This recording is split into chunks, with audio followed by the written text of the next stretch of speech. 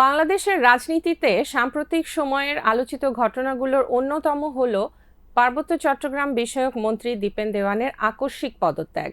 সরকারি ব্যাখ্যায় বলা হয়েছে তিনি শারীরিক অসুস্থতার কারণে পদত্যাগ করেছেন, কিন্তু ক্ষমতাসীন বিএনপির একাধিক সূত্র বলছে এর পেছনে রয়েছে ভিন্ন এক গল্প। ক্ষমতার দ্বন্দ্ব, প্রশাসনিক নিয়ন্ত্রণ নিয়ে টানাপোড়েন এবং পার্বত্য জেলা পরিষদ গঠনকে কেন্দ্র করে দীর্ঘদিনের মতবিরোধ। তাহলে কি ঘটেছিল পর্দার আড়ালে? তারেক রহমানের নেতৃত্বে নতুন সরকার গঠনের পর পার্বত্য চট্টগ্রাম বিষয়ক মন্ত্রণালয়ের দায়িত্ব পান রাঙামাটির সংসদ সদস্য দীপেন দেওয়ান।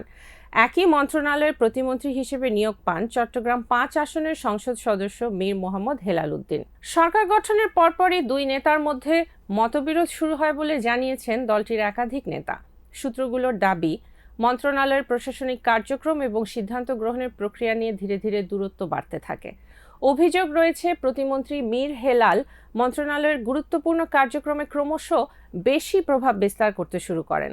অন্যদিকে মন্ত্রী হিসেবে নিজের সাংবিধানিক ও প্রশাসনিক কর্তৃত্ব অক্ষুণ্ণ রাখতে চেয়েছিলেন দীপেন দেওয়ান।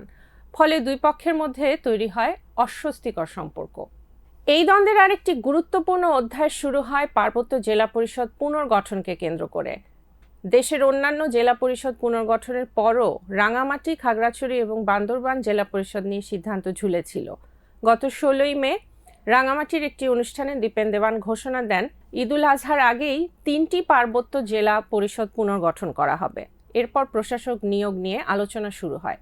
বান্দরবান ও খাগড়াছড়ি নিয়ে কিছুটা ঐক্যমত্য তৈরি হলেও রাঙামাটি জেলা পরিষদের নেতৃত্ব নিয়ে মতবিরোধ দেখা দেয়। স্থানীয় বিএনপি নেতাদের দাবি, এই প্রশ্নে মন্ত্রী ও প্রতিমন্ত্রীর অবস্থান ছিল ভিন্ন এবং সেই বিরোধ তাদের সম্পর্ককে তিক্ত করে তোলে। এদিকে মন্ত্রণালয়ের খাস জমি বরাদ্দ, বিভিন্ন প্রশাসনিক সিদ্ধান্ত এবং প্রভাব বিস্তার নিয়েও দুই পক্ষের মধ্যে অসন্তোষ বাড়তে থাকে। দলীয় সূত্রগুলো বলছে, দীপেন দেওয়ান একাধিকবার বিষয়টি দলের শীর্ষ নেতৃত্বের নজরে আনেন, কিন্তু পরিস্থিতির কোনো উল্লেখযোগ্য পরিবর্তন হয়নি। ফলে ক্রমেই হতাশ হয়ে পড়েন তিনি। অবশেষে সোমবার প্রধানমন্ত্রীর কাছে পদত্যাগপত্র জমা দেন দীপেন দেওয়ান। তবে বিষয়টিকে আরও রহস্যময় করেছে আরেকটি তথ্য।